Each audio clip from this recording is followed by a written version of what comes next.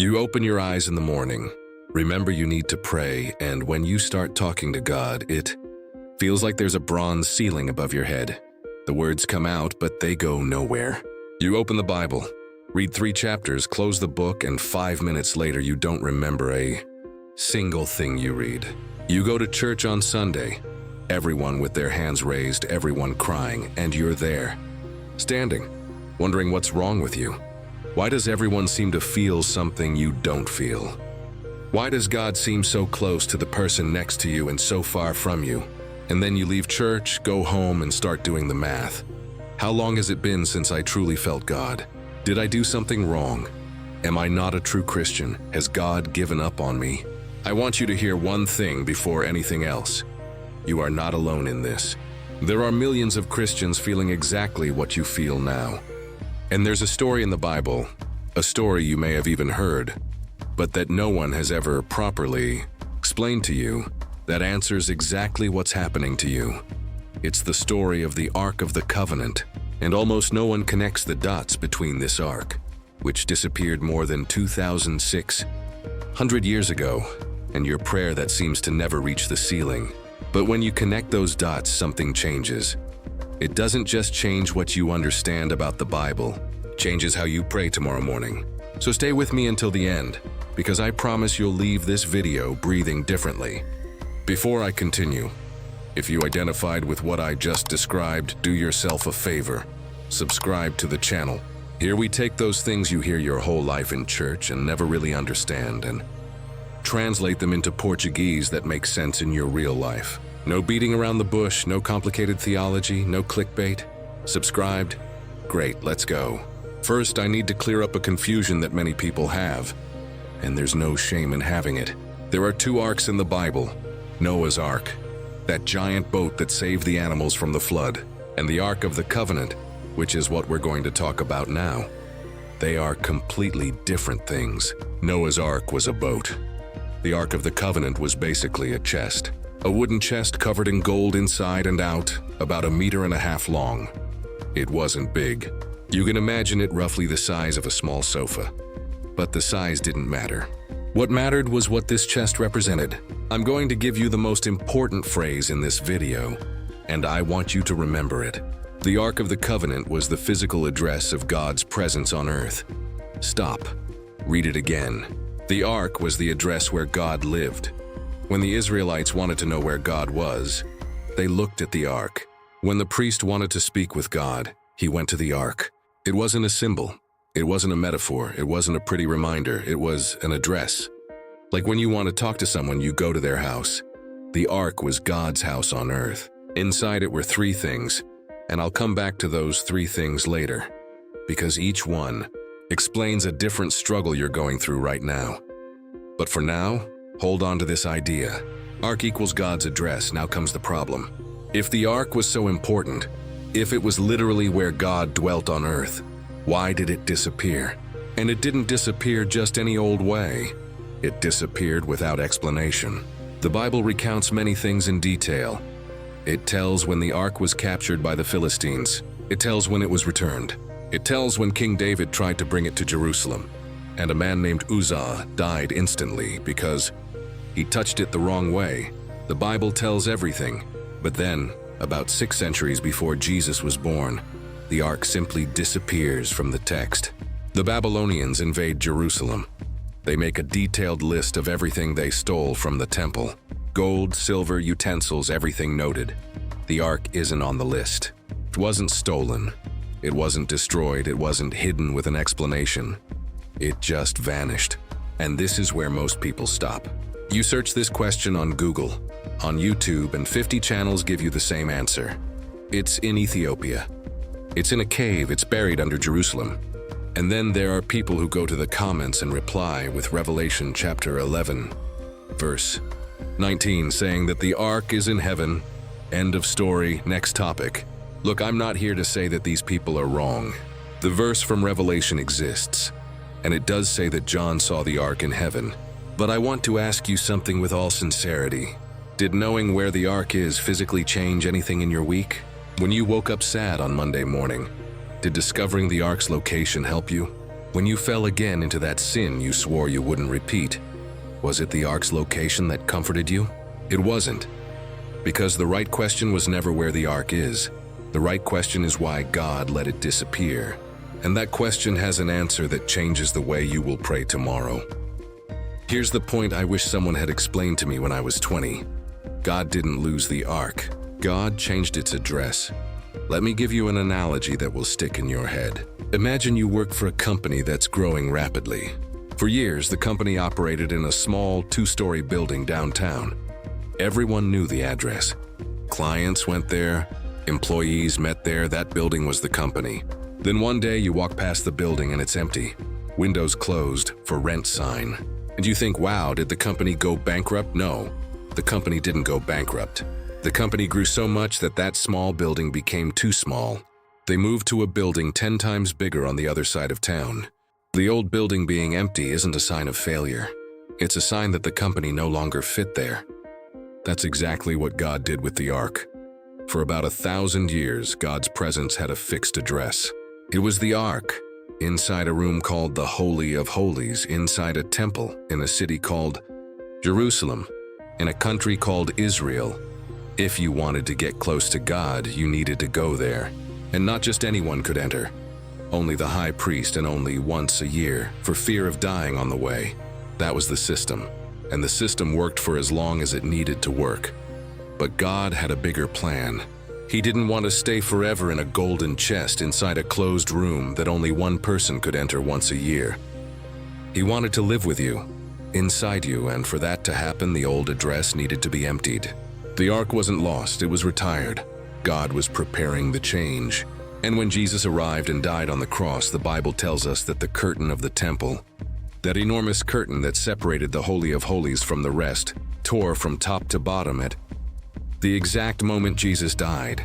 That wasn't a special effect. That was the for rent sign being put up on the old building. That was God saying, it's over. I don't live here anymore, now I live in people. If anything has made sense so far, do me in this video a favor. Stop everything and leave a comment below with just one word. Write, I understand, that's it. This comment helps YouTube understand that this content is truly helping people, and it helps other people who are as lost as you were 5 minutes ago to find this video. And if you can, leave a like too. It's not for me. It's for the next exhausted Christian scrolling through their feed right now, looking for an answer that makes sense. Agreed. Let's get to the part that will change your week. I told you at the beginning that inside the ark there were 3 things. Each of these 3 things explains a specific struggle you're going through right now. And when you understand that these 3 things came out of the chest and were placed inside you by the Holy Spirit, something will unlock. The first thing that was inside the ark was the tablets of the law, those 10 commandments that God wrote with his own finger on a stone and gave to Moses. The law was there inside the chest, written on stone, outside of anyone's reach. And that's exactly how you try to live the Christian life. You wake up in the morning and try to be good from the outside in. You make a mental list. Today I won't look at that kind of content. Today I won't speak ill of anyone. Today I will pray more. Today I will have pure thoughts. And then half the morning passes and you've already broken the entire list, and you feel like garbage. You think the problem is that you don't have enough willpower. But the problem isn't your willpower. The problem is that you're trying to obey God the same way the Israelites obeyed, looking at a law that's outside of you. There's a prophet named Jeremiah in chapter 31 who promised something centuries before Jesus was born. God said, "A day will come when I will no longer write my law on stone. I will write it on your hearts." Translation for today. God said, "I will no longer give you a list to fulfill with willpower. I will place the desire to obey within you." Do you know why willpower doesn't work in the Christian life? Because the Christian life was never meant to be lived by willpower. It was meant to be lived from the inside out. When you feel defeated because you couldn't fulfill your little list for today, remember this: God changed the address of the law. It's no longer on a stone inside a chest. It's being written on your heart slowly by the Spirit. You don't need to press harder. You need to yield more. The second thing that was inside the ark was the manna. The manna was that bread that fell from heaven every day for the Israelites to eat in the desert. It was a pure miracle, but there was a rule: today's manna was only good for today. If you tried to save the manna for tomorrow, it would spoil, get infested with worms. It would be no longer good. You had to trust in God every day, every single day, for 40 years. And this is exactly where one of your greatest frustrations lies. You had an incredible spiritual experience last semester. That camp, that retreat, that service where God touched you in a way you'll never forget. And you spent the last few months trying to live with that saved manna, trying to rekindle that moment. And you realized it spoiled. The emotion passed, the feeling disappeared, and you think God has distanced himself. No, my friend, God hasn't distanced himself. The manna wasn't made to be saved, it was made to fall every day. When Jesus said, "I am the bread of life," he was saying this: I am your daily manna. You don't need to hold on to an experience. You need to receive the presence of today. That's why an emotional retreat passes in a week. There's nothing wrong with you. Everything is right with the plan God made. He wants you to depend on him today, not on the memory of what he did last year. When you wake up tomorrow and feel that spiritual emptiness, don't try to force the emotion of the retreat back. Ask for new manna, different, for today. The third thing that was inside the ark was Aaron's rod. This one is less well known, but pay attention because it's important. Aaron was the first high priest, Moses' brother. There was a fight among the people about who truly had spiritual authority. God resolved the fight like this. He took Aaron's dry rod, left it overnight in front of the ark, and the next morning that dry rod had blossomed. It sprouted flowers, bore fruit, and became a living branch. And this rod was kept inside the ark as proof that Aaron's spiritual authority did not come from his performance. It came from God having chosen him. Do you know where this touches you? You spend your whole life thinking that your spiritual authority depends on your performance. If you prayed a lot, you have the authority to ask for something. If you are a good Christian this week, you have the nerve to talk to God. If you fell, you remain silent, you hide, you don't open the Bible, because you think you've lost your right. This thinking is like the dry rod trying to blossom by its own strength. It doesn't work. Aaron's rod blossomed because God chose it, not because the rod itself exerted effort. And when Jesus died and rose again, he gave you a position that doesn't depend on your performance. You are a child. A child doesn't lose authority when they mess up. A child only loses it when they cease to be a child. And nobody ceases to be a child. When you fall tomorrow, and you will fall at something, remember, your authority to speak with God again isn't based on your performance. It's based on the rod that blossomed. It's based on the fact that he chose you before you did anything good. Okay. But theory doesn't change life. I promised at the beginning that this video would change how you pray tomorrow morning. So let's get down to business. 4 real-life situations you experience, and how understanding that God has changed addresses changes each one of them. First situation. You pray and feel like God has disappeared. You talk, and it seems like you're talking to the ceiling. Here's what changes. Before Jesus, the high priest needed to enter a specific place at a specific time with animal blood to speak with God. Today, right now, at this very moment as you listen to this, God dwells within you through the Holy Spirit. When you pray and feel nothing, it doesn't mean God isn't listening. It just means that feeling and being heard are different things. Feeling your heart beating isn't what keeps it beating. God hears you for a reason, and that reason is called Jesus, not a pretty emotion. Second situation. You fell into the same sin for the 1,000th time. That sin you swore you would stop, and now you're too ashamed to talk to God. Here's what changes. The old system, you would have to wait for the right day, get an animal, go to the temple, find the priest. Today, the sacrifice has already been made. Once, forever, for every sin, including the one you committed again today. You don't need a ritual to return. You just need to talk to the Father who lives within you. God isn't shocked by your fall. He knew you before you fell, and he chose you knowing you would fall. Return now, not tomorrow. Third situation. The service no longer moves you. You look around and everyone seems to be having an experience, and you just wanted to be able to sing a song without constantly checking the time. Here's what changes. God's presence isn't in the service. God's presence is within you. It walked with you to the service, and it will go home with you when the service is over. Emotion is good, but emotion is not God. Feeling is good, but feeling is not experiencing. You are not less close to God because you didn't cry. Perhaps you are just in a phase where God is teaching you to trust Him without needing an emotional push. That's maturity, not distance. Fourth situation. Everyone seems to feel God more than you do. Here's what changes. Spiritual comparison is one of the cruelest things that exist because you only see the outside of others and the inside of yourself. You compare their best moment with your worst moment. The presence of God in you is no less than the presence of God in that person who raises their hands in church. It's the same presence in the same measure for the same reason. The difference is only in the way of expressing it. Some people feel God crying, others feel God thinking, others feel God serving, others hardly feel it, and yet He is there.